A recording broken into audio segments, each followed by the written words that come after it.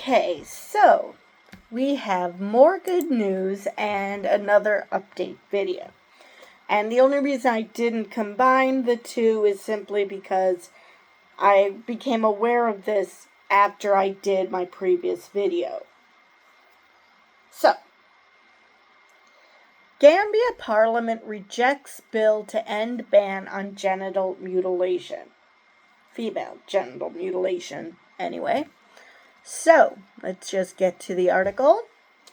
Gambia's parliament on Monday rejected a bill that would have ended a ban on female genital mutilation after lawmakers voted down all the clauses in the proposed law. The ban on FGM is still firmly maintained in the Gambia, the Ministry of Information said in a statement after the vote.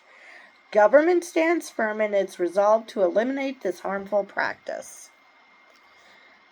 The bill to overturn the ban sparked a public debate about female genital mutilation for the first time in a West African nation that divided villages, families, and parliament. The lawmaker who took the proposal to parliament, Almena Giba, said he was upholding cultural and religious prerogatives in the Muslim-majority country where FGM is widespread and deeply rooted. Many Islamic scholars dispute his arguments. So, yeah, that is something that should be very familiar to Americans, in that people claiming, so-called Christians claiming that something is deeply embedded in the U.S. when no, it's not. Just you want it to be. Same thing here. Muslim scholars are saying, no, what you're saying is bull. And let me just talk about the cultural prerogatives. Even if your culture says that you should that this is the way something should be done, doesn't mean you should do it. Tradition is great until it's not. If you feel that your traditions are more important than, say, realizing the harm that this does to women and girls, there are two things that this could be. Number one, you care more about your traditions than anything else. You're the kind of person who just says, but we've always done it this way, and you just can't wrap your brain around new concepts and ideas. Or, and this is probably more likely because this actually combines the first point with the second, is that you just want women and girls to suffer. It's not so much that you don't believe that this is inherently harmful to women and girls. You just don't care. You want them to suffer because you somehow think that women and girls deserve to suffer for some reason. Because because women actually can look at a man and choose whether they want to have anything to do with said man, or if they would rather have something else. So basically I'm saying that the people who are advocating this must be incels, because what the hell. Anyway, the World Health Organization, or WHO, says FGM has no health benefits and can lead to excessive bleeding, shock, psychological problems, and even death. Which, like I said, I wonder how many of these people who advocate, and it's not just men, I wonder how many of these people advocate for FGM actually care about that sort of thing. In the case of women, I wonder how many women are just like, well, I survived this, I got over the trauma, so why shouldn't other girls? Instead of thinking, oh, thank God women don't have to suffer the way I did. I mean, I just don't understand that logic that because I had to go through something. Everybody must go through something. We're doing the same thing in this country when it comes to student loans. This idea that because I had to work my ass off to pay student loans, even though they weren't as insane as they are today, then everybody should have to pay off their student loans.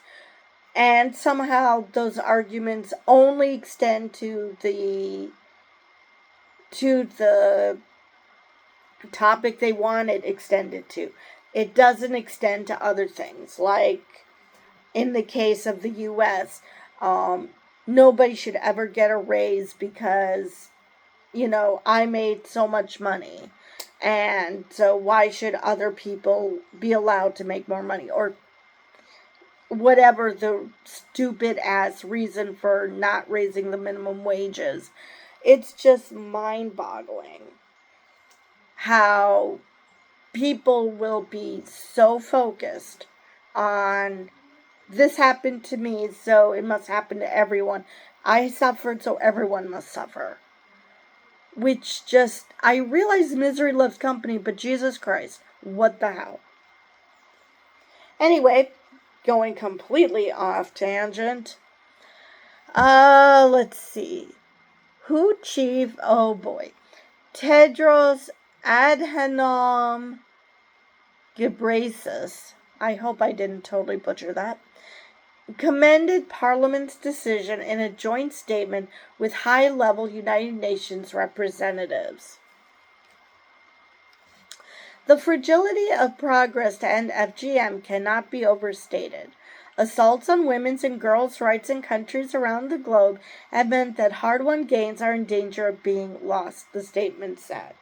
Yes, there seems to be a war on everything that men don't like.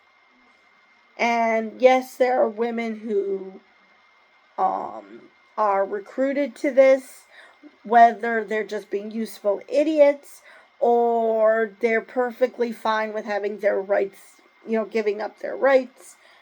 Yes, there are women who go along with this, but let's face it, who benefits from this? So,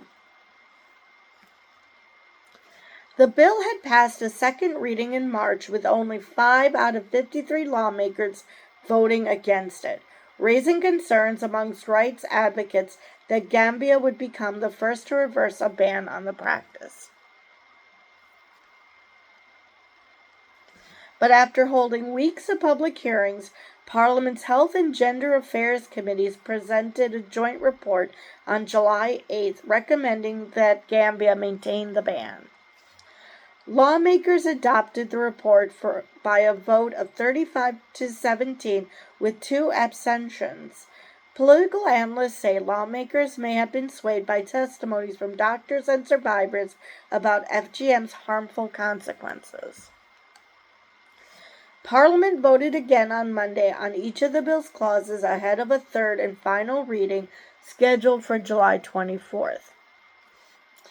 Around 30 MPs voted against each clause, prompting Parliament Speaker Febakary Tambong Jata to stop the bill moving forward to the final reading. All right. The National Assembly cannot be engaged in such a futile exercise as to allow the bill to proceed to a third reading, Jata said after the votes. The bill is rejected and the legislative process exhausted. Gibba said that he could not immediately comment because the parliamentary session was ongoing. Anti-FGM activist Fatou Blade, who was cut when she was 8, said she was relieved but also disappointed that the bill had been considered in the first place. Understandable. I am not celebrating for the fact that our women and girls' lives were put on the line. That made me sad, Balda said. Gambian legal scholar Satang Nebene said the bill's rejection showed Gambia's commitment to international human rights obligations. We are hoping that this is a clear call for implementation of anti-FGM laws, she added. Anti-FGM campaigners said the 2015 law banning FGM has been poorly enforced, which the government denies. The first and only conviction so far of 3 women found guilty of cutting 8 infant girls occurred in 2023, prompting GIBA to introduce the repeal law. All right, so obviously if that were the only case, then it wouldn't be as widespread as these douche nuggets seem to think it is, and the law should stay on the books. If, however, it is more widespread, hence, bringing up trying to repeal the ban, then why is it that just only one conviction has happened under this law? Is it because people aren't coming forward about it? Is it because even though the law is on the books, people don't actually want to enforce it? I would love to know why this is the only conviction so far. Because I highly doubt that they're the only women who've done it. So that can't be the reason. So I would love to know why isn't this law so more widely enforced if FGM is so deeply entrenched as people are claiming it is. So I believe that is all I have for this article. Yeah, that is the end of the article. So with that, I will see you guys in the next video.